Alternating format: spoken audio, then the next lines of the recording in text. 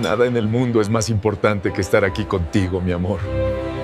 Marido prefirió la fiesta con su amante antes que el funeral de su hija.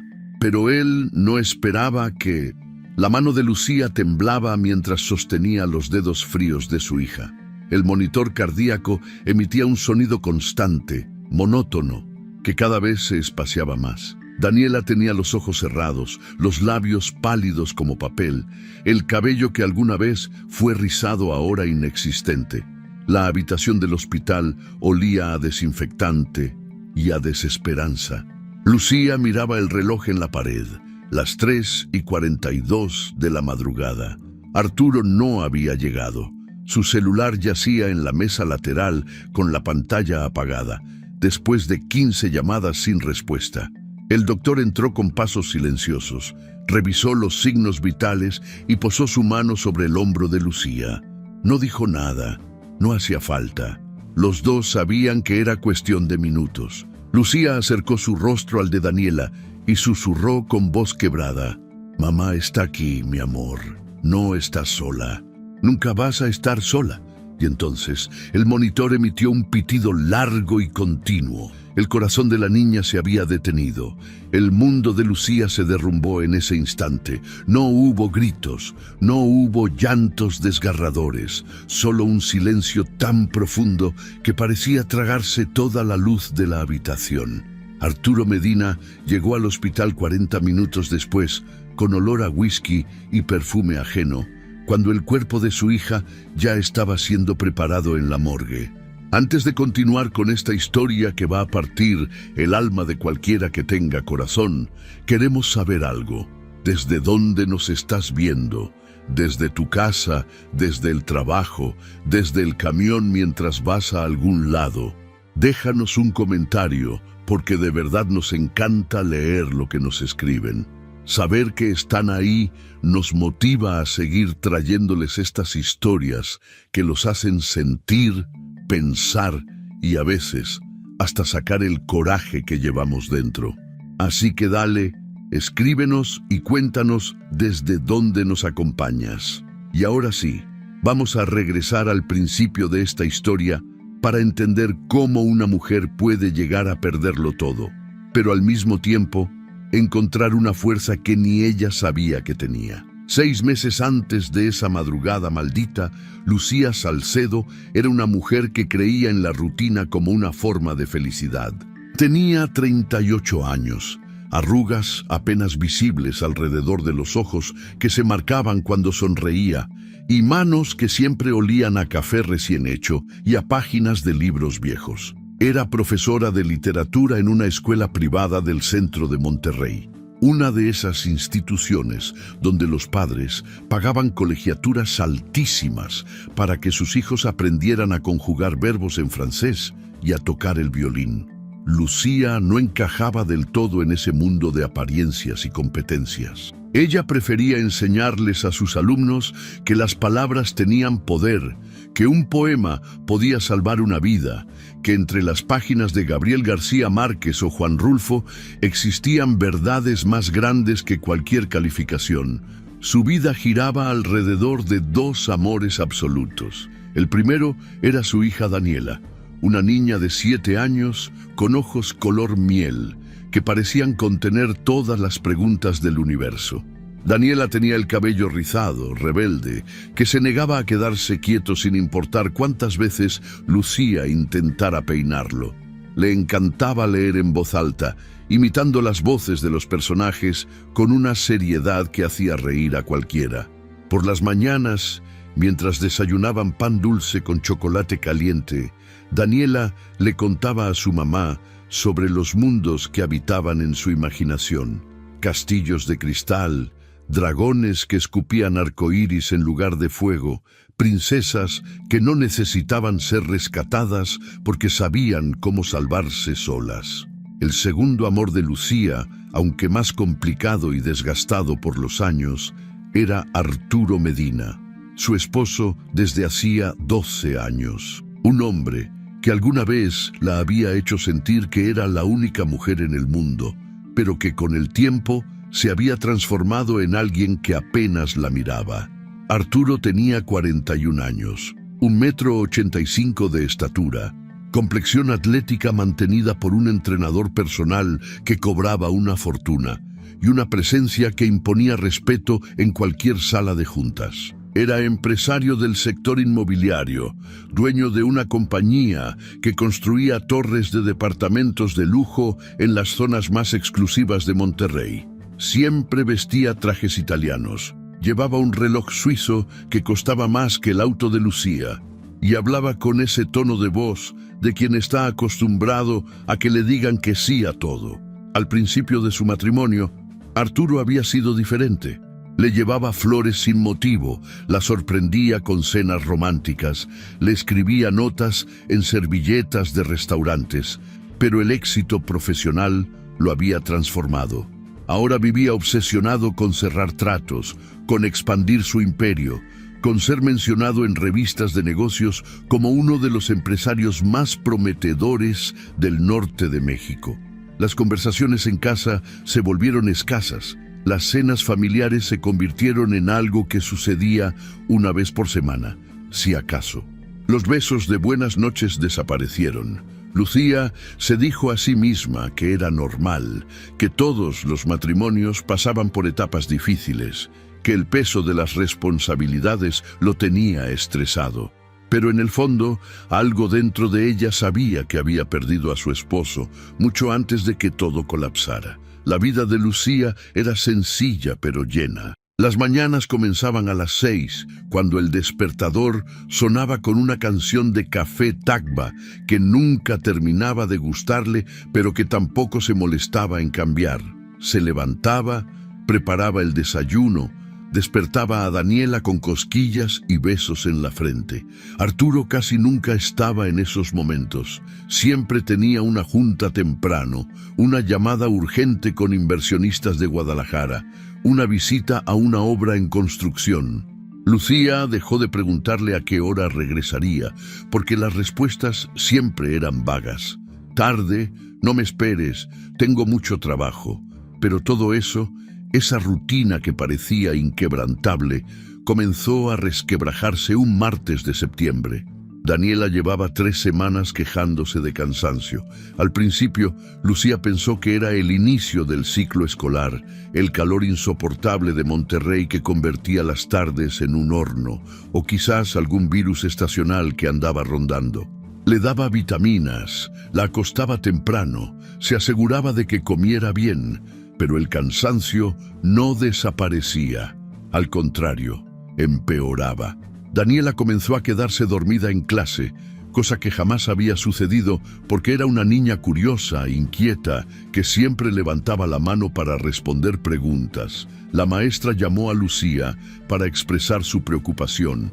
Luego aparecieron los moretones, pequeños al principio, en las piernas, en los brazos. Daniela decía que no recordaba haberse golpeado.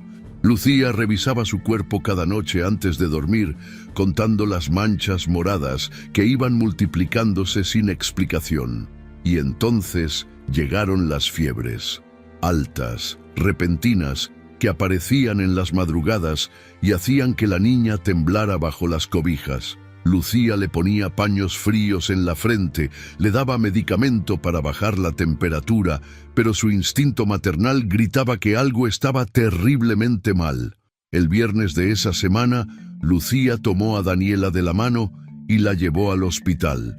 El pediatra, un hombre de unos 50 años con lentes de pasta y una sonrisa amable que intentaba tranquilizarlas, ordenó análisis de sangre completos. Le dijo que los resultados estarían listos en 2 días, que no se preocupara, que probablemente era anemia o alguna deficiencia de vitaminas, pero su tono de voz no coincidía con sus palabras. Había algo en la forma en que miraba los moretones de Daniela, en cómo fruncía el ceño al revisar su temperatura, que hizo que Lucía sintiera un nudo en el estómago que no se deshacía. El lunes por la mañana, el doctor llamó. Su voz sonaba distinta, más seria, sin el tono tranquilizador de días atrás. Necesitaba hablar con ambos padres de inmediato. Era urgente. Lucía colgó el teléfono con las manos temblando Llamó a Arturo 5 veces seguidas. En las primeras 4, el celular sonó hasta que entró el buzón de voz. En la quinta llamada, finalmente contestó. Se escuchaba ruido de fondo, risas, música, el tintineo de copas. ¿Qué pasa, Lucía? Estoy en una comida de negocios importante. Es Daniela. El doctor necesita hablar con los dos. Dice que es urgente. Arturo suspiró con ese tipo de molestia que se reserva para los inconvenientes menores. Después te alcanzo. Tengo a 3 inversionistas de la Ciudad de México aquí. No puedo irme así nada más. Dile al doctor que me mande los resultados por correo y ya los reviso. Arturo dijo que tiene que ser en persona, con los dos. Lucía, no empieces con tus dramas. Si fuera tan grave, te habrían internado a la niña, ¿no? Relájate. Voy en cuanto termine aquí. Lucía apretó el teléfono hasta que sus nudillos se pusieron blancos. Date prisa, por favor. 3 horas después, Lucía estaba sentada frente al escritorio del doctor, sola, mientras Daniela esperaba afuera jugando en una tablet que la enfermera le había prestado. El doctor tenía frente a él una carpeta con papeles que parecían pesar toneladas. Se quitó los lentes, los limpió con un pañuelo, los volvió a poner. Se aclaró la garganta y entonces dijo las palabras que partieron el mundo de Lucía en un antes y un después. Señora Salcedo, los resultados indican que Daniela tiene leucemia linfoblástica aguda. El cerebro de Lucía procesó las palabras, pero por un momento no significaron nada. Era como escuchar un idioma extranjero. Leucemia, cáncer, su hija, su niña de 7 años. El doctor continuó hablando sobre células malignas, sobre médula ósea, sobre protocolos de tratamiento agresivo, sobre quimioterapia, sobre pronósticos que dependían de muchos factores. Lucía lo escuchaba, pero sentía que estaba bajo el agua, que las palabras llegaban distorsionadas, ahogadas. Quiso gritar, quiso golpear el escritorio, quiso despertar de esa pesadilla, pero no hizo nada de eso. Solo preguntó, con una voz que no parecía suya, «¿Se va a morir mi hija?» El doctor la miró con esos ojos que han visto demasiadas tragedias. «Vamos a hacer todo lo que esté en nuestras manos. El tratamiento empieza la próxima semana. Es una batalla difícil, pero no está perdida». Lucía salió del consultorio con las piernas temblando. Se encerró en el baño del hospital y lloró hasta que no le quedaron lágrimas. Se miró en el espejo y vio a una mujer rota, con los ojos hinchados y el alma desgarrada. Pero cuando salió de ese baño, se limpió la cara, se acomodó el cabello y puso su mejor sonrisa para Daniela, porque su hija no podía verla derrumbarse. No todavía, no nunca. Arturo llegó al hospital cuando ya casi cerraban las puertas de la entrada. Eran las 8 de la noche, olía a whisky y su corbata estaba floja. Lucía estaba sentada en la sala de espera con Daniela dormida en su regazo. Cuando lo vio entrar, algo dentro de ella se endureció. No dijo nada, solo le entregó la carpeta con los resultados. Él los leyó de pie, con expresión concentrada, como quien revisa un reporte financiero. Cuando terminó, cerró la carpeta y se frotó la cara con ambas manos. Leucemia. Dios, ¿y ahora qué? Empieza quimioterapia la próxima semana. El doctor dijo que el tratamiento es muy agresivo, va a perder el cabello, va a estar muy débil, necesita estar internada varias semanas. Arturo se sentó en la silla de al lado, sin tocar a Lucía, sin mirar a su hija. ¿Y cuánto tiempo va a durar todo esto? Tengo un viaje programado a Cancún con unos inversionistas el próximo mes. Es un cierre de contrato muy importante. Lucía giró la cabeza tan rápido que sintió un pinchazo en el cuello. Lo miró como si fuera la primera vez que realmente lo veía, como si acabara de descubrir que había estado casada con un extraño todos estos años. Tu hija tiene cáncer, Arturo. Cáncer. Y tú estás preguntando sobre un maldito viaje de negocios. No empieces, Lucía. Tú no entiendes la presión que tengo. Si pierdo este contrato, perdemos millones. ¿Cómo vamos a pagar el tratamiento si no tengo ingresos? Lucía apretó a Daniela contra su pecho, como si así pudiera protegerla de todo el dolor que venía. «Vete, no quiero verte ahora». Arturo se levantó, se acomodó la corbata y caminó hacia la salida. Antes de irse volteó y dijo: «No soy el malo aquí, solo soy realista». Los siguientes meses fueron un descenso a un infierno del que Lucía no sabía si algún día podría salir. El cuerpo de Daniela descansaba en una funeraria del centro de Monterrey, un lugar con paredes color marfil y lámparas que intentaban crear una atmósfera de paz, pero que solo lograban hacer que todo se sintiera más frío, más definitivo. Lucía pasó la tarde del viernes eligiendo cada detalle del funeral. Quería que fuera perfecto, porque sería la última vez que podría hacer algo por su hija. Eligió un ataúd blanco con detalles en plata, pequeño, del tamaño de una niña de 7 años que nunca crecería más. Eligió flores blancas, rosas y lirios porque eran las favoritas de Daniela. Eligió la música que sonaría durante el servicio, una canción de cuna que solía cantarle antes de dormir. Cada decisión era una puñalada en el pecho, pero Lucía no se permitió derrumbarse. No todavía. Tenía que ser fuerte un día más. Arturo había prometido que estaría ahí. Cuando Lucía le informó que el funeral sería el sábado a las 10 de la mañana, él asintió sin mucha convicción, sin mirarla a los ojos, como quien confirma asistencia a una junta que preferiría cancelar. Le dijo que por supuesto que iba a estar presente, que era su hija también, que no podía creer que ella pensara lo contrario. Pero su tono de voz era el de alguien que ya estaba buscando excusas para no cumplir. Lucía lo conocía demasiado bien como para confiar en sus palabras, pero una parte de ella, una parte pequeña y tonta que todavía creía en milagros, pensó que quizás, solo quizás, el dolor de perder a su hija lo haría recapacitar, que quizás, al ver ese ataúd blanco, al enfrentarse a la realidad de que Daniela ya no estaba, algo dentro de él se rompería y volvería a ser el hombre del que ella se había enamorado hace tantos años. El sábado por la mañana, Lucía se despertó a las 5. No había dormido realmente, solo había cerrado los ojos durante algunas horas, atrapada en ese estado extraño entre la vigilia y el sueño, donde los peores pensamientos atacan sin piedad. Se duchó con agua fría, tratando de despertar, de encontrar fuerzas en algún lugar de su cuerpo agotado. Se puso un vestido negro sencillo, sin adornos, sin joyas. Se recogió el cabello en un moño bajo, se miró al espejo y vio a una mujer que parecía haber envejecido 10 años en 6 meses. Las ojeras bajo sus ojos eran profundas, las arrugas alrededor de su boca se habían marcado más. Su piel tenía un tono grisáceo, de quien no ha visto el sol en mucho tiempo. Pero sobre todo, vio en sus ojos algo que la asustó, vacío, como si alguien hubiera apagado una luz que nunca volvería a encenderse. Llegó a la funeraria a las 8. Necesitaba tiempo a solas con Daniela antes de que llegaran los invitados. El empleado de la funeraria, un hombre joven con traje oscuro y expresión profesionalmente compasiva, la guió hasta la sala principal.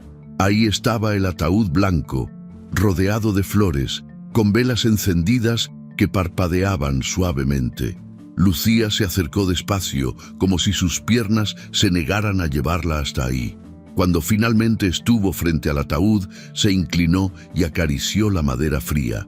Dentro estaba su niña, vestida con su vestido favorito, el que tenía flores bordadas y que se ponía en ocasiones especiales. Lucía había peinado su cabello la noche anterior en la morgue, llorando en silencio mientras pasaba el cepillo por las hebras que alguna vez fueron rizadas y rebeldes, pero que ahora estaban limpias, ordenadas, sin vida. Se arrodilló frente al ataúd y comenzó a rezar.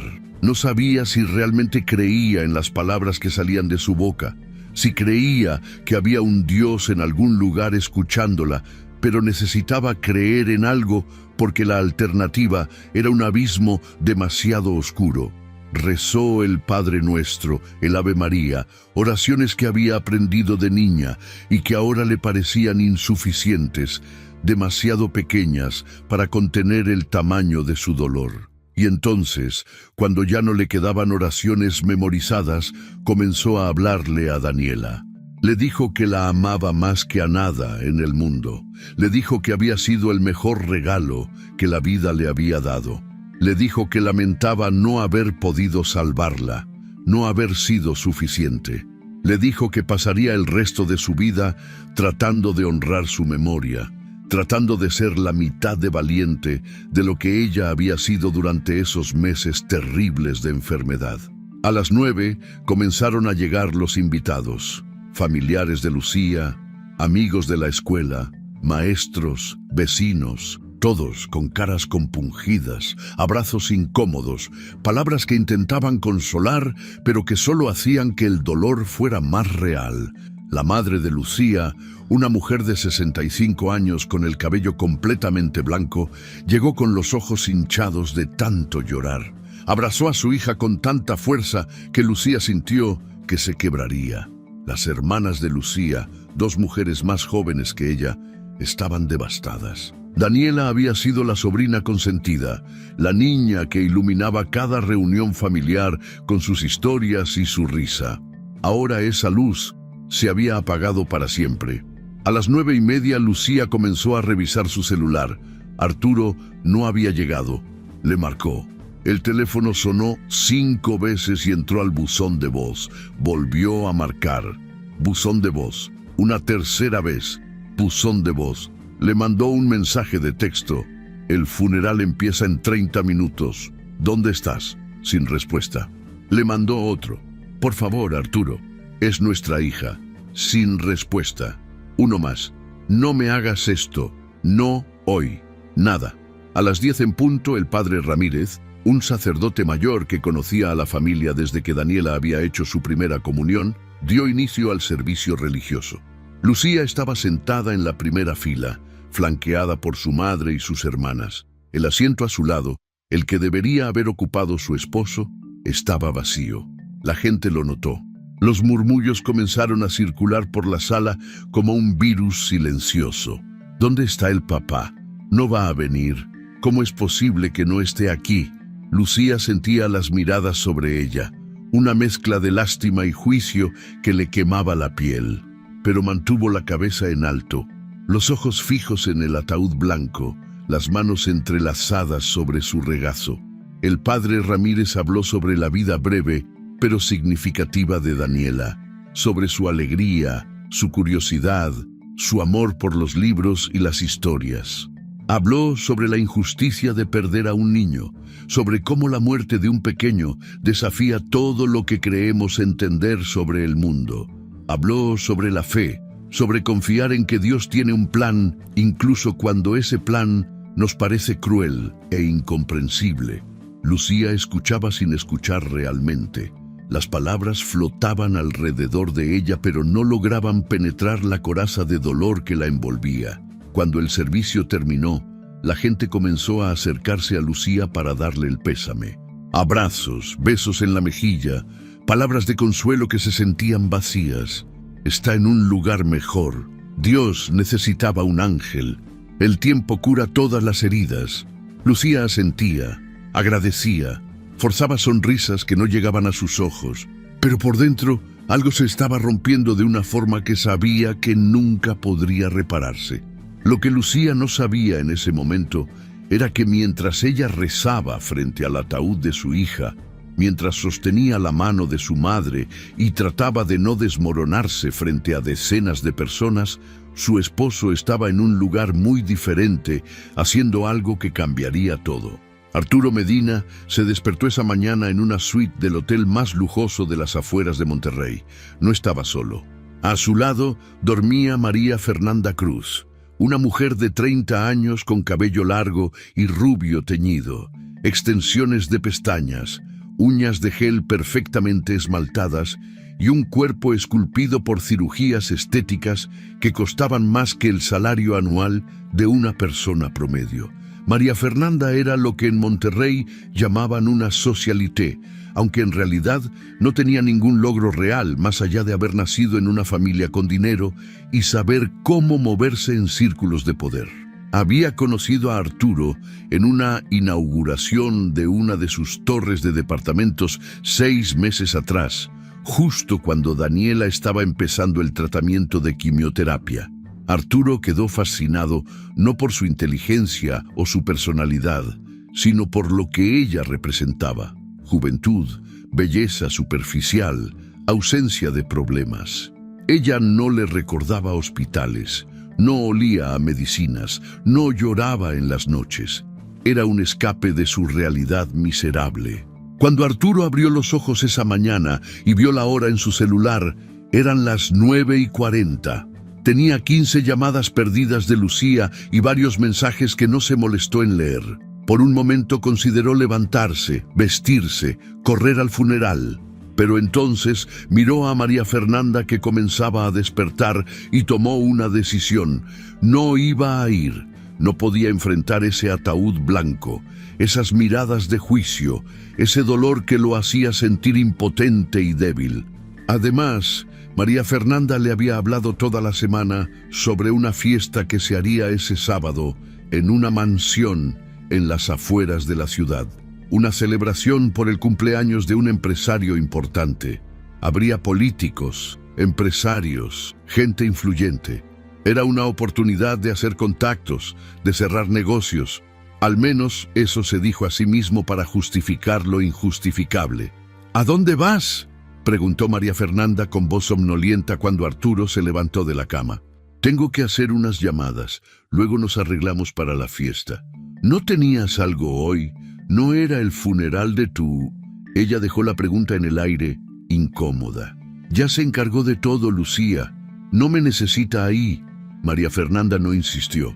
Esa era una de las cosas que a Arturo le gustaban de ella. Nunca hacía preguntas difíciles, nunca cuestionaba sus decisiones, nunca lo hacía sentir culpable. Era lo opuesto a Lucía en todos los sentidos. A las 2 de la tarde, Arturo y María Fernanda llegaron a la mansión donde se celebraba la fiesta. Era una propiedad enorme con jardines impecables, alberca infinita y vistas espectaculares de las montañas que rodeaban Monterrey. Había mesas con manteles blancos, meseros en trajes sirviendo champán y canapés, música en vivo. Arturo se mezcló con la multitud con facilidad, estrechando manos, riendo de chistes que no eran graciosos, hablando de negocios y oportunidades. María Fernanda estaba a su lado, luciendo un vestido rojo ajustado que dejaba poco a la imaginación, sonriendo para las fotos que subía constantemente a sus redes sociales. Para las 6 de la tarde, Arturo ya llevaba varias copas de whisky encima. Su lengua se había soltado, su juicio estaba nublado. Estaba en un grupo de 5 hombres, todos empresarios, todos hablando sobre sus éxitos y sus planes de expansión. María Fernanda se había ido a tomar fotos junto a la alberca con otras mujeres que parecían haber salido de la misma fábrica de cirugías estéticas. Uno de los hombres del grupo, un tipo de unos 50 años con bigote y barriga prominente, comentó de manera casual: «Oye, Arturo, ¿no tenías algo importante hoy? Me parece que alguien mencionó que...». Otro de los hombres lo interrumpió con incomodidad. «Fernando, no...». Pero Fernando continuó sin captar las señales.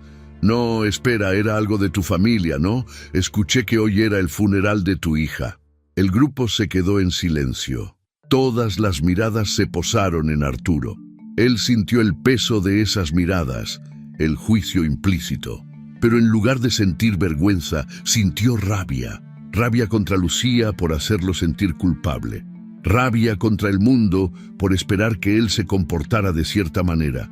Rabia contra sí mismo por ser demasiado cobarde para enfrentar su propio dolor. Levantó su copa de whisky. La miró contra la luz del atardecer y soltó una risa amarga. «Lo que pasó, pasó», dijo con voz alta, lo suficientemente alta para que varios grupos cercanos voltearan a ver. «No soy hombre de velar fracasos». El silencio que siguió fue sepulcral. Algunos de los hombres en el grupo se quedaron con la boca abierta. Otros desviaron la mirada, incómodos. Uno murmuró algo sobre ir por otra copa y se alejó rápidamente. Pero Arturo se rió otra vez. bebió de su whisky y agregó: «La vida sigue, señores. Los muertos no pagan cuentas». Lo que Arturo no notó fue que alguien en el grupo de al lado, una mujer joven que era prima del cumpleañero y que había estado grabando videos de la fiesta para las redes sociales del evento, había capturado todo con su celular. El momento exacto en que levantó la copa, las palabras que salieron de su boca, la risa cruel, todo quedó grabado en alta definición.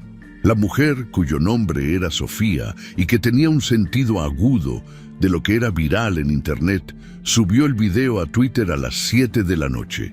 Lo acompañó con un texto simple pero devastador. Este hombre está brindando en una fiesta mientras su hija de 7 años está siendo enterrada. Arturo Medina, empresario de Monterrey. Que todos sepan qué clase de persona es. El video comenzó a circular lentamente al principio. 10 vistas, 50, 100.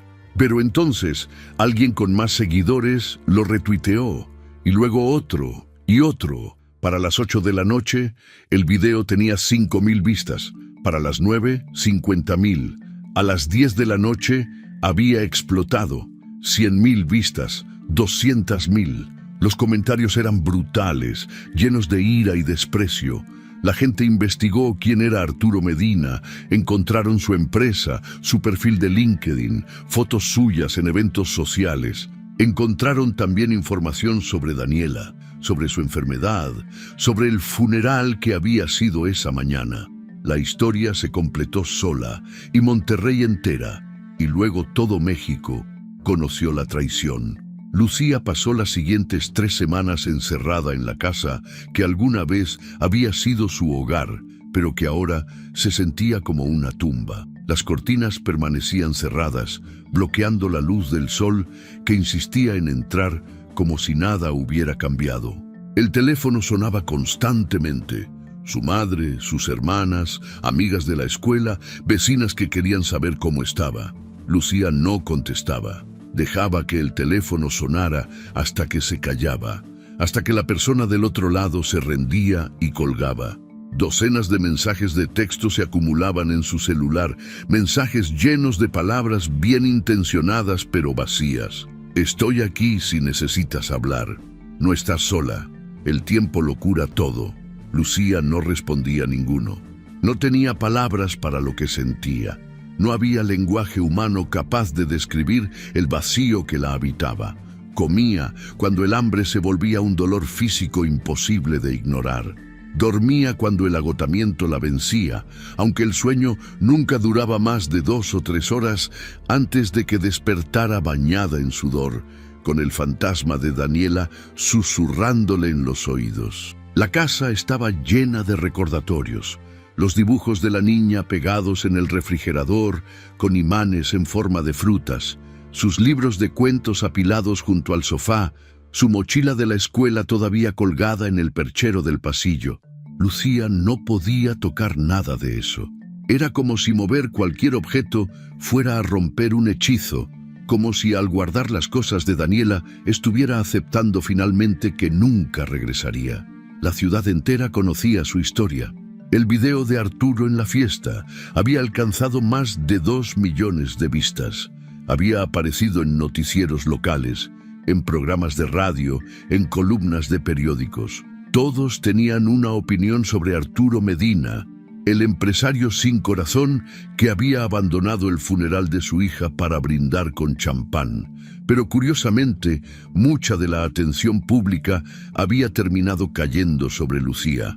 No como villana, sino como víctima, la pobre mujer traicionada, la madre destrozada, la esposa abandonada. Cada vez que salía de la casa, cosa que hacía solo cuando era absolutamente necesario, sentía las miradas siguiéndola, miradas de lástima, de compasión, de curiosidad morbosa.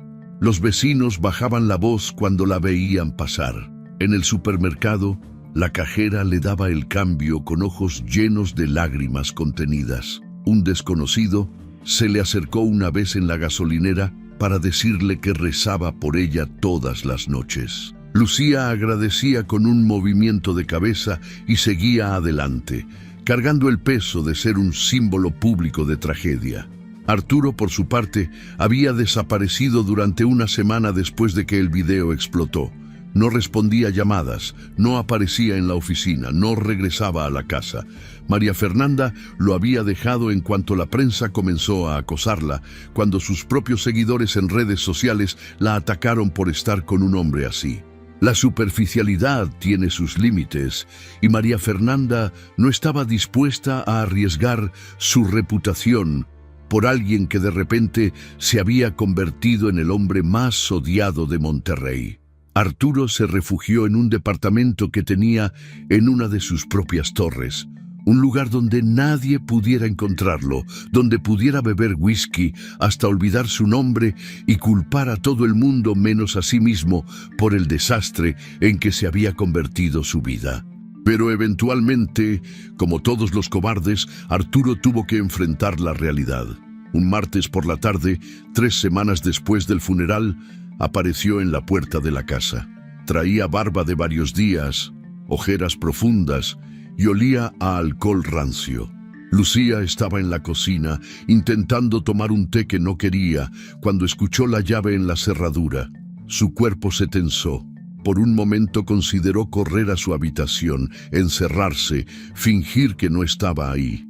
Pero algo dentro de ella, algo nuevo y duro, que había comenzado a crecer en las últimas semanas, la mantuvo en su lugar. Arturo entró con pasos pesados, dejó caer las llaves sobre la mesa de la entrada y caminó hacia la cocina. Se detuvo en el umbral cuando vio a Lucía. Por un segundo, solo un segundo, algo parecido a la vergüenza cruzó por su rostro, pero desapareció tan rápido como llegó, reemplazado por esa expresión de superioridad que él había perfeccionado a lo largo de los años. «Lucía», dijo, como si su nombre fuera una disculpa en sí misma. Ella no respondió, solo lo miró con ojos que no reconocía como propios, ojos vacíos, fríos, muertos. «Mira, sé que las últimas semanas han sido complicadas», continuó Arturo acercándose un paso. «Sé que cometí errores, que mi juicio no fue el mejor, pero necesitas entender que yo también estaba sufriendo, que perder a Daniela me destrozó tanto como a ti, solo que yo manejo las cosas diferente. Necesitaba despejar la mente, alejarme del dolor. No puedes culparme por eso». Lucía dejó la taza de té sobre la mesa con tanta calma que daba miedo. Cuando habló, su voz sonó extrañamente tranquila, casi serena. «Quiero el divorcio». Arturo parpadeó, como si no hubiera escuchado bien. «¿Qué? Quiero el divorcio. Quiero que te vayas de esta casa y que nunca regreses». Por un momento, Arturo se quedó en silencio y entonces comenzó a reírse. No era una risa alegre, sino una risa de incredulidad, de desprecio. «¿El divorcio? ¿En serio, Lucía? ¿Después de 12 años de matrimonio? Después de todo lo que he construido para ti, para esta familia, tú no construiste nada para esta familia. Construiste un imperio para tu ego y ahora quiero que te vayas». Arturo se cruzó de brazos, su risa transformándose en una sonrisa cruel. «¿Y qué vas a hacer sin mí? Eres una profesora de literatura que no ha trabajado en 6 meses. No tienes ingresos, no tienes ahorros propios, no tienes nada. Esta casa está a mi nombre. Los autos están a mi nombre, las cuentas bancarias están a mi nombre. Si me divorcio de ti, te quedas en la calle. ¿Eso es lo que quieres? Quiero que te vayas. No seas ridícula. Estás emocional, no estás pensando con claridad. Dale tiempo. En unos meses te vas a dar cuenta de que... Vete».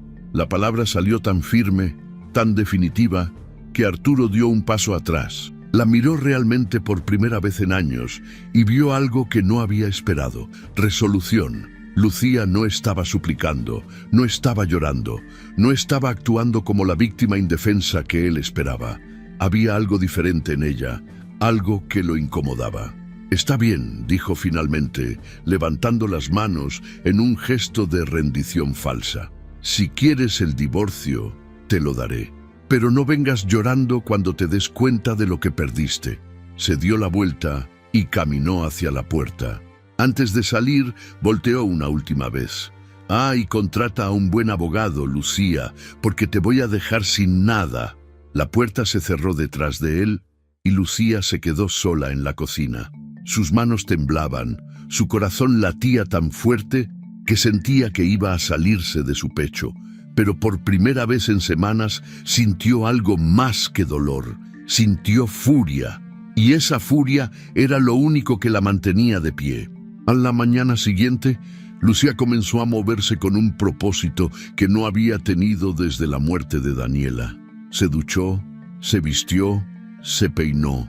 No era la Lucía de antes, esa mujer que creía en finales felices y en la bondad humana. Era alguien nuevo, alguien forjado en el fuego del peor dolor imaginable. Se sentó frente a la computadora de Arturo, la que él dejaba en el estudio de la casa y que casi nunca usaba en casa porque todo su trabajo estaba en la oficina. Lucía conocía la contraseña porque alguna vez, en tiempos mejores, compartían todo. Arturo nunca se había molestado en cambiarla. Comenzó a revisar archivos, correos electrónicos, documentos, estados financieros. Al principio no sabía exactamente qué estaba buscando. Solo sabía que tenía que haber algo. Arturo era demasiado arrogante, demasiado descuidado, y efectivamente encontró cosas. Correos electrónicos entre él y María Fernanda que databan de meses atrás, mucho antes de la muerte de Daniela. Correos explícitos que no dejaban duda de la relación. Encontró también correspondencia con un contador que mencionaba ajustes fiscales y transferencias no declaradas. Encontró contratos de obras que no coincidían con los montos reportados en las declaraciones de impuestos de la empresa. Encontró cuentas bancarias en paraísos fiscales que nunca había sabido que existían. Cada documento que encontraba lo descargaba en una memoria USB. Trabajó durante horas hasta que le dolían los ojos y la espalda. No se detuvo, no podía detenerse. Esto era guerra y ella necesitaba armas.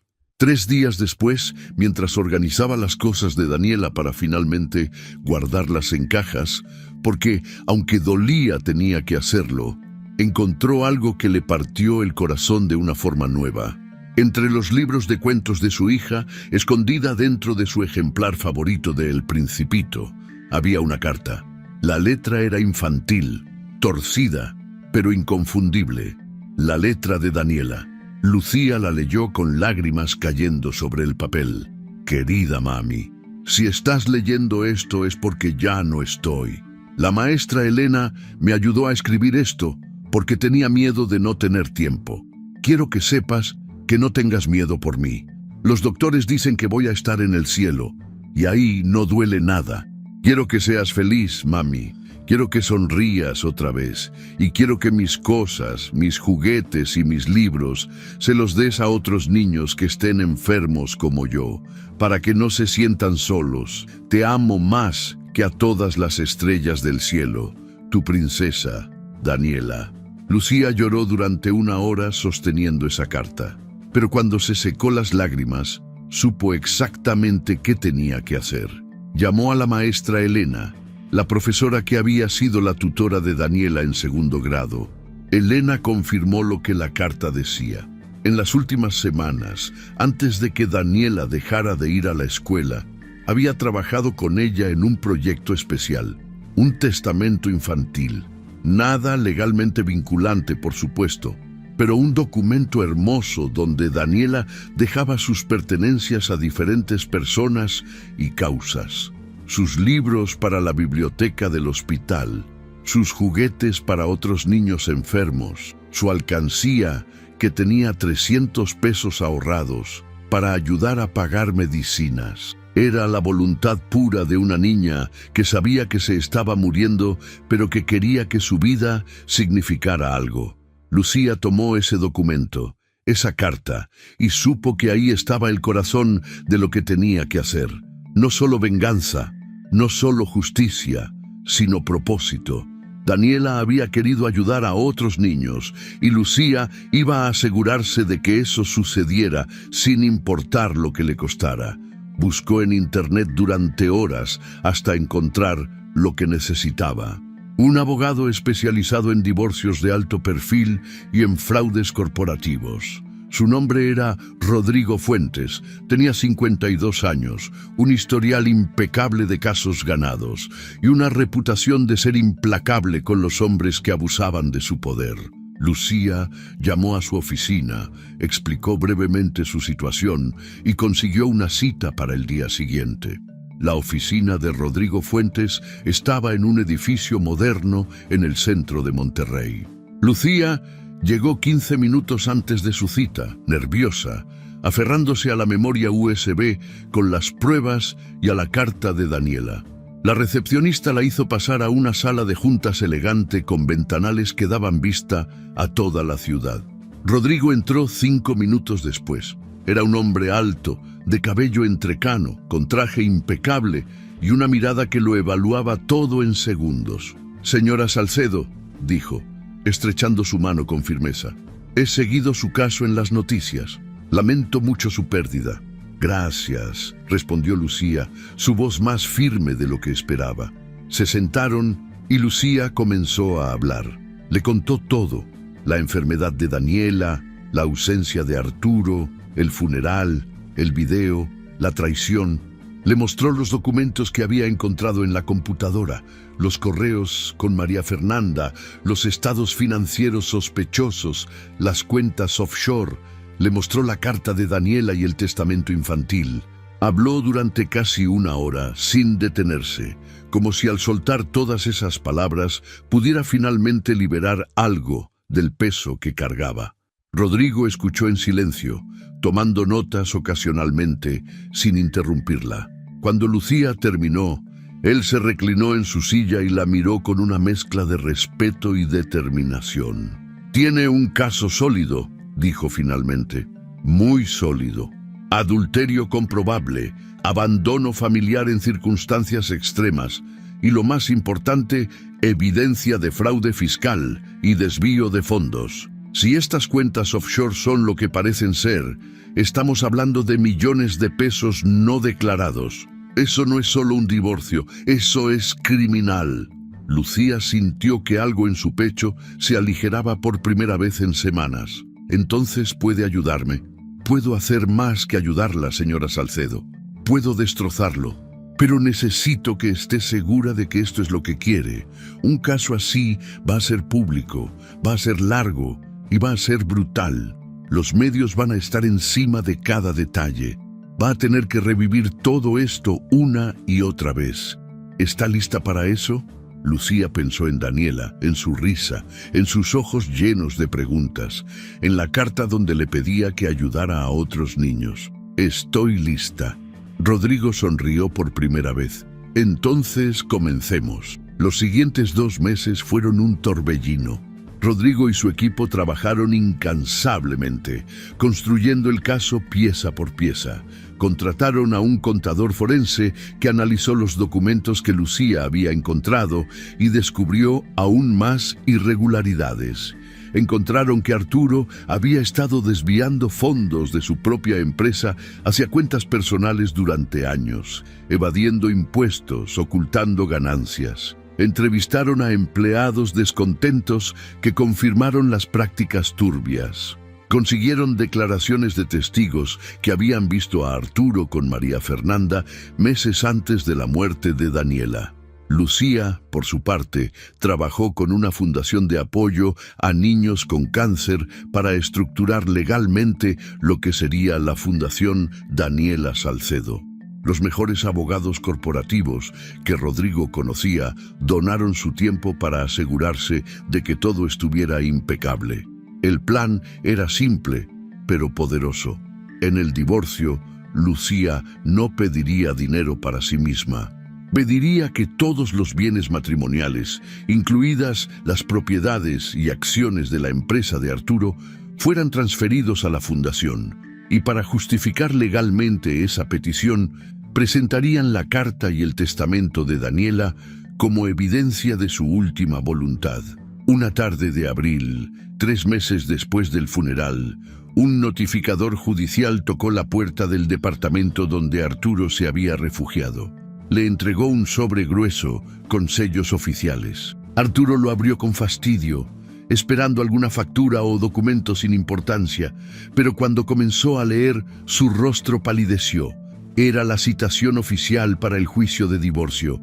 La fecha estaba programada para 2 semanas después, y anexo venía un documento de 50 páginas detallando todos los cargos que Lucía presentaría: adulterio, abandono familiar, fraude fiscal, desvío de fondos, ocultación de bienes. Arturo tiró los papeles sobre la mesa y se rió. Esa estúpida de Lucía pensaba que podía asustarlo con amenazas legales. Llamó a su propio abogado, un tipo caro y arrogante, que le aseguró que no había nada de qué preocuparse, que Lucía no tenía recursos para sostener un caso así, que todo era un farol desesperado de una mujer resentida. Arturo le creyó porque era más fácil creer que preocuparse. El día del juicio llegó más rápido de lo que esperaba. Arturo se presentó en el tribunal vistiendo su mejor traje, con zapatos italianos brillantes y ese aire de superioridad que llevaba como segunda piel. Y no vino solo. A su lado caminaba María Fernanda Cruz, quien contra todo pronóstico había regresado a su vida 2 semanas atrás.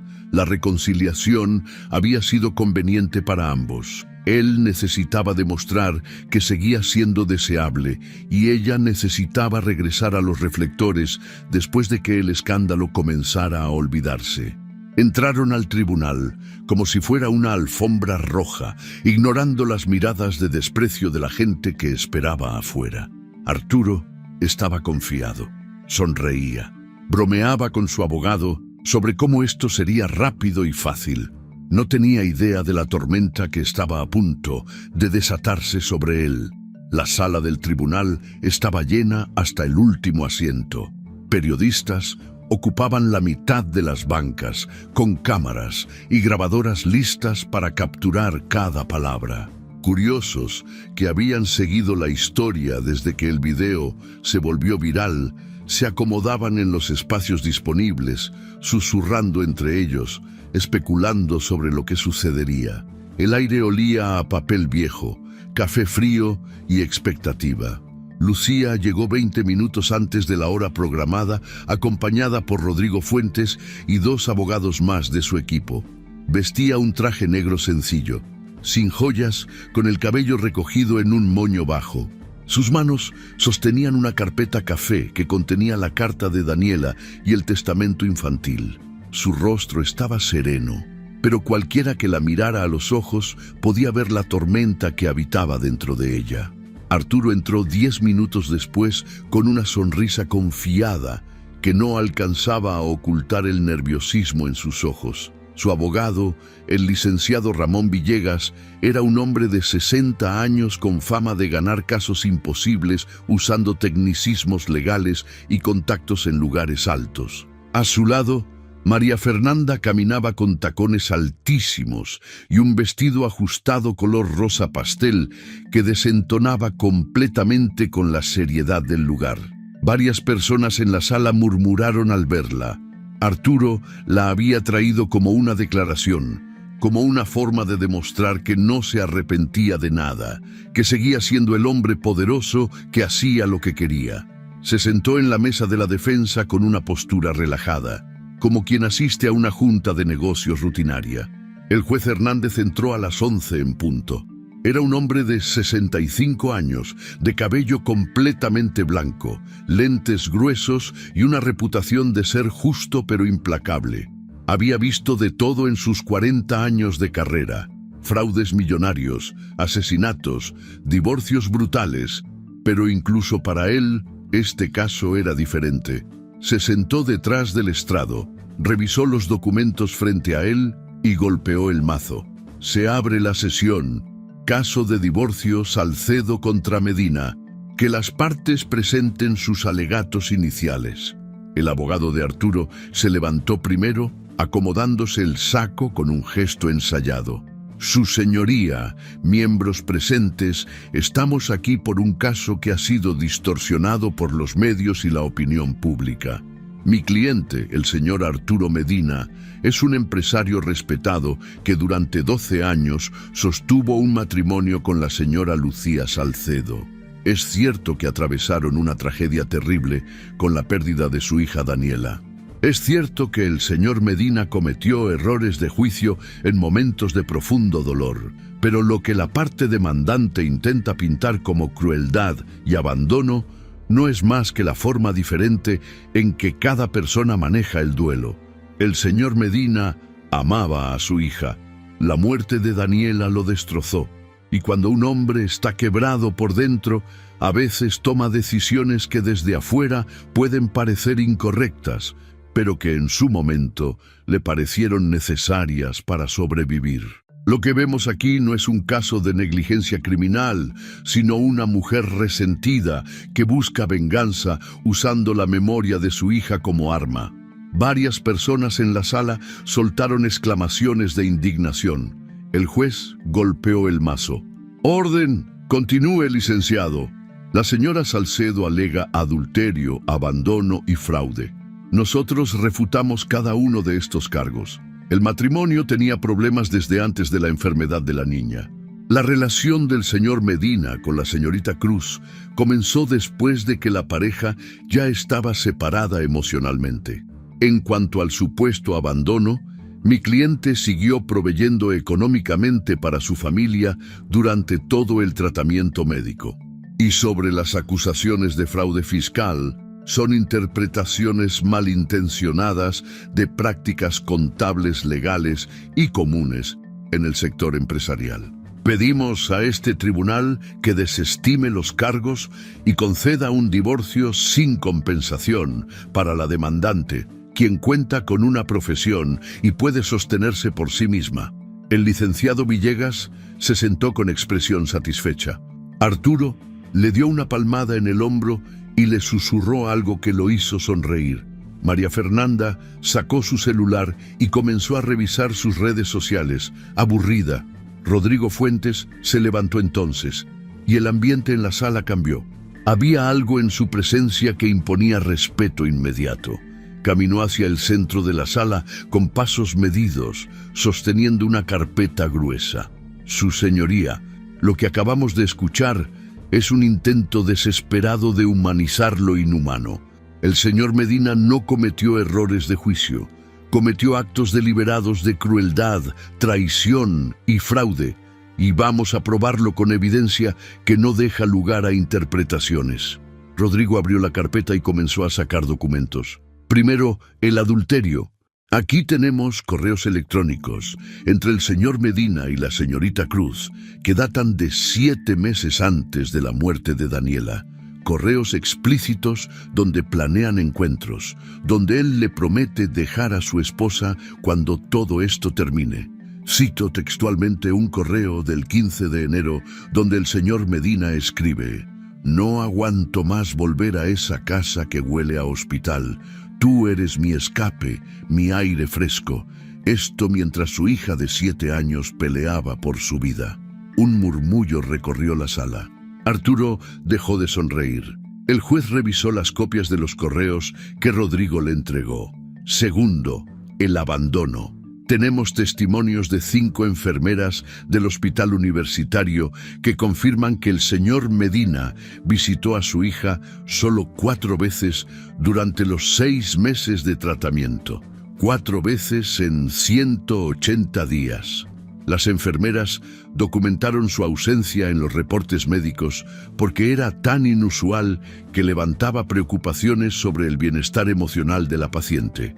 Tenemos también el testimonio del padre Ramírez, quien ofició el funeral, confirmando que el señor Medina nunca llegó, a pesar de haber confirmado su asistencia.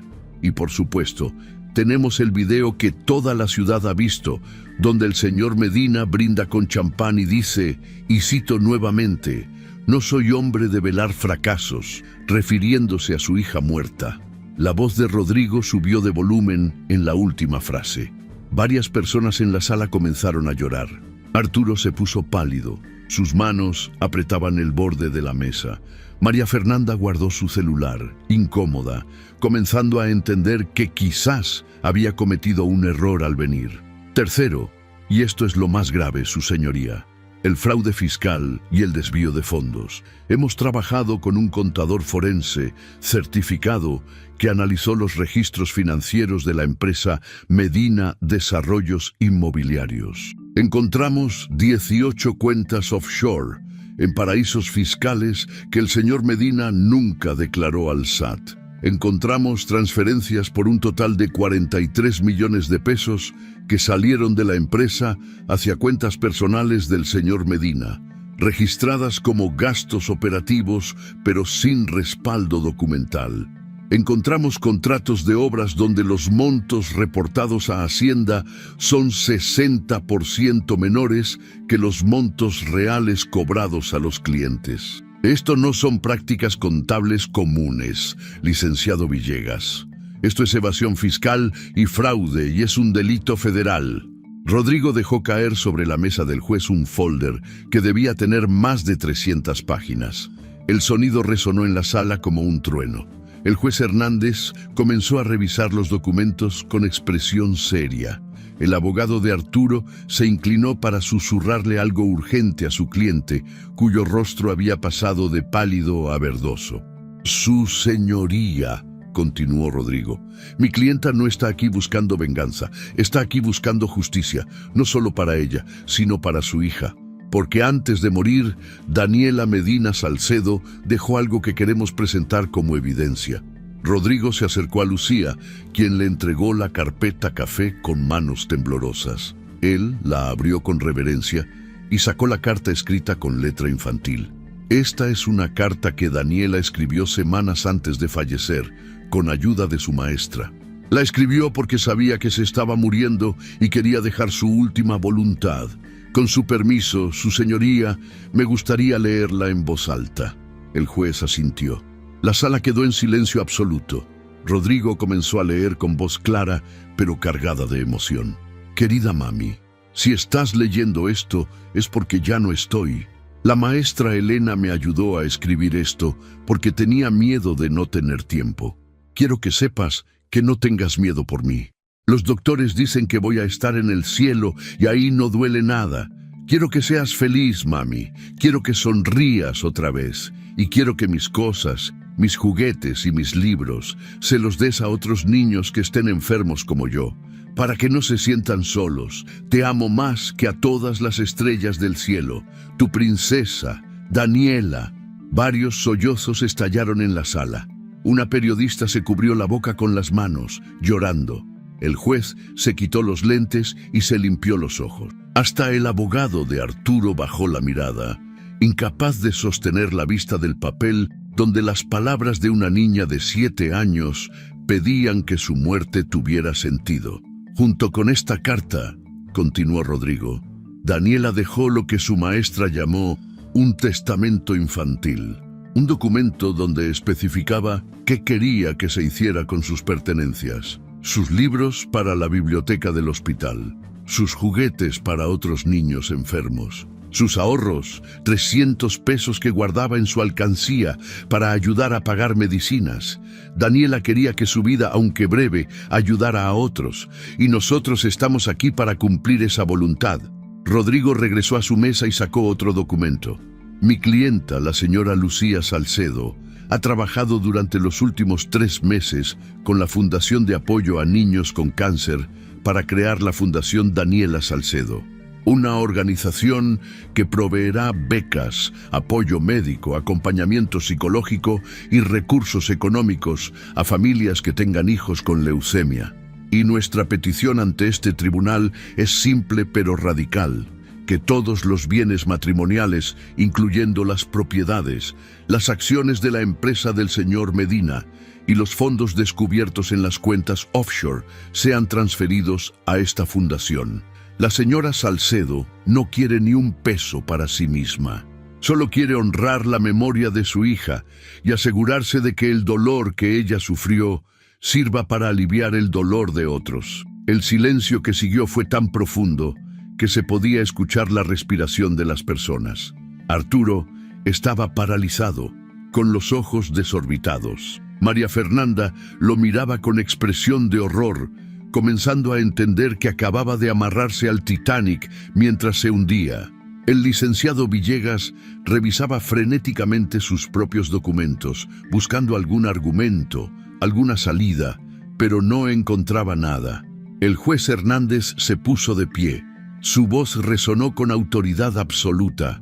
Voy a tomar un receso de 30 minutos para revisar toda la evidencia presentada. Que nadie salga de la sala. Los siguientes 30 minutos fueron eternos. Lucía se quedó sentada en su lugar, con las manos entrelazadas sobre la mesa, respirando lento, tratando de mantener la compostura. Rodrigo le susurró palabras de aliento. Su madre, que estaba en la primera fila de la sección de público, le lanzaba miradas de orgullo y amor. Arturo, del otro lado, discutía en voz baja y cada vez más alta con su abogado. Se escuchaban fragmentos. Dijiste que esto era imposible. No sabía que tenía esta evidencia. Tienes que hacer algo. Pero el licenciado Villegas solo movía la cabeza, derrotado antes de que el juez siquiera dictara sentencia. Cuando el juez regresó, su expresión era de granito. Se sentó, acomodó los documentos frente a él y golpeó el mazo. He revisado toda la evidencia presentada por ambas partes y debo decir que en mis 40 años como juez pocas veces he visto un caso tan claro. El señor Arturo Medina no solo falló como esposo y como padre, sino que además cometió delitos federales que serán remitidos a la autoridad correspondiente. Arturo se levantó de golpe. «Esto es una farsa. Esa mujer me está tendiendo una trampa». El juez golpeó el mazo con fuerza. «Siéntese, señor Medina, o lo haré retirar de la sala». Arturo se sentó, pero su cara estaba roja de furia. Su abogado intentó calmarlo poniendo una mano en su hombro, pero él la apartó con violencia. «En cuanto al divorcio», continuó el juez, «se concede de manera inmediata. El matrimonio entre Lucía Salcedo y Arturo Medina queda disuelto. En cuanto a la distribución de bienes, considerando la evidencia de adulterio, abandono familiar, en circunstancias extremas y sobre todo, considerando la última voluntad expresada por la menor Daniela Medina Salcedo, ordeno que todos los bienes matrimoniales, incluyendo pero no limitándose a las propiedades, vehículos, cuentas bancarias y acciones de Medina Desarrollos Inmobiliarios, sean transferidos a la Fundación Daniela Salcedo, la cual será administrada por la señora Lucía Salcedo con supervisión de un consejo directivo independiente». Arturo explotó. «No puede hacer esto. Esa empresa es mía. Yo la construí». «La construyó con dinero que evadió de impuestos», respondió el juez con voz helada. «Además, ordeno el embargo inmediato de todas las cuentas del señor Medina, mientras la Secretaría de Hacienda inicia una investigación formal por evasión fiscal y fraude. Y remito este caso a la Fiscalía General para que determine si proceden cargos criminales. Señor Medina, le recomiendo que consiga muy buenos abogados penalistas, porque los va a necesitar». El mazo cayó una última vez. Se levanta la sesión. La sala estalló. Periodistas corrieron hacia las puertas para transmitir la noticia. Personas en el público aplaudían. La madre de Lucía lloraba de alegría. Lucía se quedó sentada, quieta, como si todavía estuviera procesando lo que acababa de suceder. Rodrigo le puso una mano en el hombro y le dijo: «Lo logramos». Arturo intentó levantarse, pero dos agentes judiciales se acercaron a él. Uno le dijo: «Señor Medina, va a tener que acompañarnos. Hay una orden de embargo que debe cumplirse de inmediato». Él los miró con odio, con impotencia, con la comprensión tardía de que había perdido absolutamente todo. María Fernanda ya había desaparecido de la sala, corriendo sobre sus tacones para escapar de las cámaras. Lucía salió del tribunal rodeada de su familia y su equipo legal. Los reporteros la acosaban con preguntas, con micrófonos empujados hacia su cara. ¿Cómo se siente? ¿Es verdad que no va a quedarse con nada? ¿Qué le diría a su ex esposo? Lucía se detuvo, miró a las cámaras y dijo con voz clara: no hay venganza más grande que transformar el dolor en propósito. Los siguientes meses fueron un torbellino de trabajo. La Fundación Daniela Salcedo se estableció oficialmente en julio. Se rentó un edificio de 3 pisos en el centro de Monterrey que se remodeló completamente para convertirlo en sede. En la planta baja se instaló una ludoteca para niños en tratamiento. El segundo piso tenía oficinas para trabajadores sociales y psicólogos que ofrecían terapia gratuita a familias afectadas. El tercer piso albergaba las oficinas administrativas y una sala de juntas con vista a la ciudad. El nombre de Daniela se instaló en letras doradas sobre la entrada principal, brillando bajo el sol de Monterrey como una promesa cumplida. La fundación comenzó a operar en septiembre. El primer mes, otorgaron 20 becas completas para tratamiento de leucemia. Pagaron medicamentos, consultas, hospitalizaciones. Proporcionaron transporte para familias que venían de ciudades lejanas. Crearon un programa de acompañamiento donde cada niño en tratamiento tenía un mentor, alguien que lo visitaba, que jugaba con él, que le recordaba que no estaba solo. La respuesta fue abrumadora. Docenas de familias aplicaban cada semana. Voluntarios llegaban ofreciendo su tiempo. Empresarios que habían visto el caso en las noticias donaban dinero. La fundación, que nació de una tragedia, se estaba convirtiendo en un faro de esperanza. Arturo Medina, mientras tanto, enfrentaba una realidad muy diferente. La investigación de Hacienda confirmó todo lo que Lucía había presentado. Lo acusaron formalmente de evasión fiscal agravada y fraude. Su empresa fue intervenida por el gobierno. Sus socios lo abandonaron. Los bancos le cerraron líneas de crédito. Tuvo que vender su departamento de lujo para pagar abogados. Se mudó a un lugar pequeño en las afueras de la ciudad, un estudio de 40 metros cuadrados con paredes delgadas donde podía escuchar a los vecinos discutir. María Fernanda, como era de esperarse, desapareció en cuanto el dinero se acabó. Él pasaba los días bebiendo cerveza barata, viendo televisión, tratando de convencerse a sí mismo de que todo era culpa de Lucía, que él era la víctima. Pero en las noches, cuando el alcohol ya no funcionaba para callar su conciencia, veía el rostro de Daniela en sus sueños. La escuchaba preguntarle por qué no estuvo ahí cuando ella lo necesitaba. Y despertaba bañado en sudor, llorando, odiándose a sí mismo. La inauguración oficial de la Fundación Daniela Salcedo se programó para el 15 de noviembre, un sábado soleado, donde el cielo de Monterrey estaba tan azul que parecía pintado. Se instalaron sillas blancas en el jardín frontal del edificio. Cientos de personas asistieron.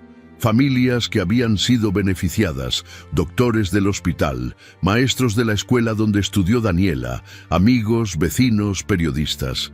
Había globos blancos y dorados, flores por todas partes, mesas con comida y bebidas. Pero lo más hermoso eran los niños. Decenas de niños, algunos con el cabello creciendo después de la quimioterapia, otros con gorros coloridos, todos con sonrisas enormes corriendo por el jardín, jugando, riendo. Lucía estaba de pie frente al edificio, vestida con un traje blanco sencillo. Se había dejado crecer el cabello, que ahora le caía sobre los hombros en ondas suaves. Su rostro todavía mostraba las marcas del dolor, las líneas que la tragedia había tallado alrededor de sus ojos y boca. Pero había algo nuevo ahí también. Paz. No la paz de quien ha olvidado, sino la paz de quien ha encontrado significado en medio del caos. Un pequeño estrado se había montado frente al edificio. Lucía subió cuando el presentador del evento la llamó. La multitud guardó silencio. Ella miró a todas esas caras, a todos esos niños que llevaban el mismo dolor que su hija había llevado, y sintió que algo dentro de ella sanaba un poco. Hace un año, comenzó con voz clara, perdí a lo más importante de mi vida. Mi hija Daniela se fue a los 7 años, después de pelear una batalla que nunca debió pelear. Y durante mucho tiempo, pensé que su muerte no tenía sentido, que era solo una injusticia cruel del universo. Pero Daniela, en su sabiduría de niña, me dejó un regalo. Me dejó una carta donde me pedía que ayudara a otros niños como ella, y esa carta se convirtió en mi salvación. Lucía sacó de su bolsillo la carta original, doblada y gastada de tanto leerla. La sostuvo en alto. Esta fundación existe porque una niña de 7 años entendió algo que muchos adultos nunca entienden, que el amor más grande es el que se da cuando más duele. Daniela quería que su vida, aunque breve, dejara luz. Y hoy, viendo a todos estos niños sonriendo, sé que lo logró. Los aplausos estallaron. Muchas personas lloraban. Una de las familias beneficiarias había preparado una sorpresa. Una niña de 6 años llamada Sofía, que llevaba 3 meses en remisión después de un tratamiento pagado por la fundación, subió al estrado con ayuda de su mamá. Traía un dibujo en las manos. Se lo entregó a Lucía con timidez. Era un dibujo de 2 niñas tomadas de la mano, una con cabello rizado y otra con un gorro colorido, flotando entre nubes y estrellas. En la parte de abajo, con letra infantil y torcida decía: «Gracias, señora Lucía, por hacer que Daniela nos cuide desde el cielo». Lucía abrazó a la niña con tanta fuerza que ambas comenzaron a llorar. Cuando finalmente se separaron, Lucía se agachó para quedar a la altura de Sofía y le dijo: «Gracias a ti, mi amor, por recordarme que todo esto vale la pena». Sofía tomó el micrófono con ayuda de Lucía y dijo con voz temblorosa pero clara: «Yo estaba muy enferma y mis papás no tenían dinero para mis medicinas, pero la fundación nos ayudó y ahora ya no me duele y puedo jugar otra vez. Gracias, doña Lucía. Y gracias, Daniela, aunque no te conocí, porque sé que tú hiciste que esto pasara». No quedaba un ojo seco en el jardín. La ceremonia continuó con palabras de doctores, de autoridades, de otros beneficiarios. Pero el momento más poderoso ya había sucedido. Una niña salvada agradeciendo a una niña muerta, creando un puente entre el dolor y la esperanza que era más fuerte que cualquier discurso. Arturo Medina vio la inauguración por televisión desde su departamento miserable. Estaba sentado en un sofá desgastado, con una cerveza tibia en la mano, con barba de varios días y ropa sucia. En la pantalla aparecía Lucía, rodeada de niños que la abrazaban, con una sonrisa genuina que él nunca le había visto en los 12 años de matrimonio. Aparecían imágenes del edificio con el nombre de Daniela en letras doradas brillando como un faro. Aparecían testimonios de familias agradecidas, de niños cuyas vidas habían sido salvadas con el dinero que él había robado y que ahora servía para algo real, algo bueno. Arturo sintió algo quebrarse dentro de él. No era arrepentimiento, no todavía, porque el orgullo es el último demonio en morir, pero era algo parecido a la comprensión. Lucía había ganado. No solo le había quitado todo, sino que había transformado su derrota en algo glorioso. Mientras él se pudría en un departamento barato culpando al mundo, ella había construido un legado que duraría generaciones. El nombre de Daniela viviría para siempre, ayudando a otros, siendo luz. Y el nombre de Arturo Medina sería recordado solo como el hombre que traicionó a su familia en el peor momento posible. Apagó la televisión, se quedó en la oscuridad. Y por primera vez en su vida, Arturo Medina lloró no de autocompasión, sino de verdadero dolor por lo que había perdido, por lo que había destruido, por el hombre que pudo haber sido, pero que eligió no ser. La ceremonia terminó al atardecer. Lucía se quedó hasta el final, despidiendo a cada familia, agradeciendo a cada voluntario, sosteniendo a cada niño que quería un abrazo. Cuando finalmente todos se fueron y solo quedaba ella frente al edificio iluminado, Miró hacia arriba, hacia el cielo que se teñía de naranja y rosa con la puesta del sol. Cerró los ojos y susurró: «Esto es por ti, mi amor, todo es por ti». Y en algún lugar, más allá de las nubes y las estrellas, una niña de 7 años, con cabello rizado y sonrisa eterna, sonreía también, sabiendo que su mamá había cumplido su promesa, que su vida breve pero hermosa seguía tocando corazones, salvando vidas, siendo exactamente lo que ella había soñado: luz en medio de la oscuridad. El nombre de Daniela Salcedo brillaba en letras doradas sobre la entrada de la fundación, visible desde toda la calle, un faro de esperanza que recordaba a todos los que pasaban que el amor siempre, siempre vence a la traición. Hay momentos en la vida donde el dolor es tan profundo que sentimos que nunca vamos a poder levantarnos, donde la injusticia nos golpea tan fuerte que lo único que queremos es rendirse o buscar venganza. Pero la historia de Lucía nos enseña algo que todos necesitamos escuchar. El dolor más grande puede convertirse en el propósito más hermoso. Ella pudo haberse quedado atrapada en la rabia, en el odio hacia el hombre que la traicionó en el peor momento de su vida. Pudo haber usado toda esa energía para destruirlo y nada más, pero eligió algo más poderoso.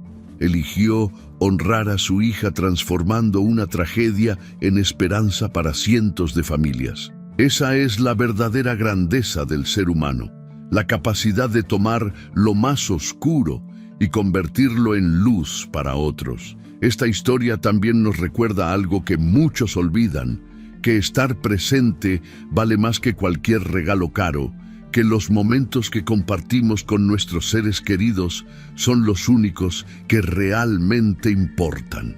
Arturo lo tenía todo: dinero, éxito, poder, pero perdió lo único que verdaderamente valía la pena: el amor de su familia. Y cuando finalmente se dio cuenta, ya era demasiado tarde. Nos quedamos con la imagen de un hombre destruido, no por la justicia que lo alcanzó, sino por el peso de haber desperdiciado la oportunidad de ser el padre que su hija necesitaba. Mientras tanto, Lucía, que lo perdió todo, encontró algo más valioso: un propósito que le da sentido a su vida y un legado que vivirá para siempre. El nombre de Daniela brilla en letras doradas, no solo en un edificio, sino en el corazón de cada niño que recibe ayuda, de cada familia que encuentra esperanza. Esa es la diferencia entre vivir para uno mismo o vivir para algo más grande, entre dejar un rastro de egoísmo o dejar un camino de luz. La pregunta que esta historia nos hace a cada uno es simple pero profunda. Cuando ya no estemos, ¿qué van a recordar de nosotros? Que fuimos exitosos, que tuvimos dinero, que cumplimos nuestras ambiciones, o que estuvimos ahí cuando alguien nos necesitó, que nuestro amor dejó huella, que transformamos nuestro dolor en algo que ayudó a otros, porque al final del día, lo único que nos llevamos es el amor que dimos y el bien que hicimos. Si te gustó esta historia, deja tu comentario y cuéntanos desde qué país nos estás viendo. Es muy importante para nosotros. Deja tu like y suscríbete al canal para seguir recibiendo historias increíbles como esta nueva historia que está apareciendo para ti ahora. Haz clic en la historia que está apareciendo en pantalla y sorpréndete.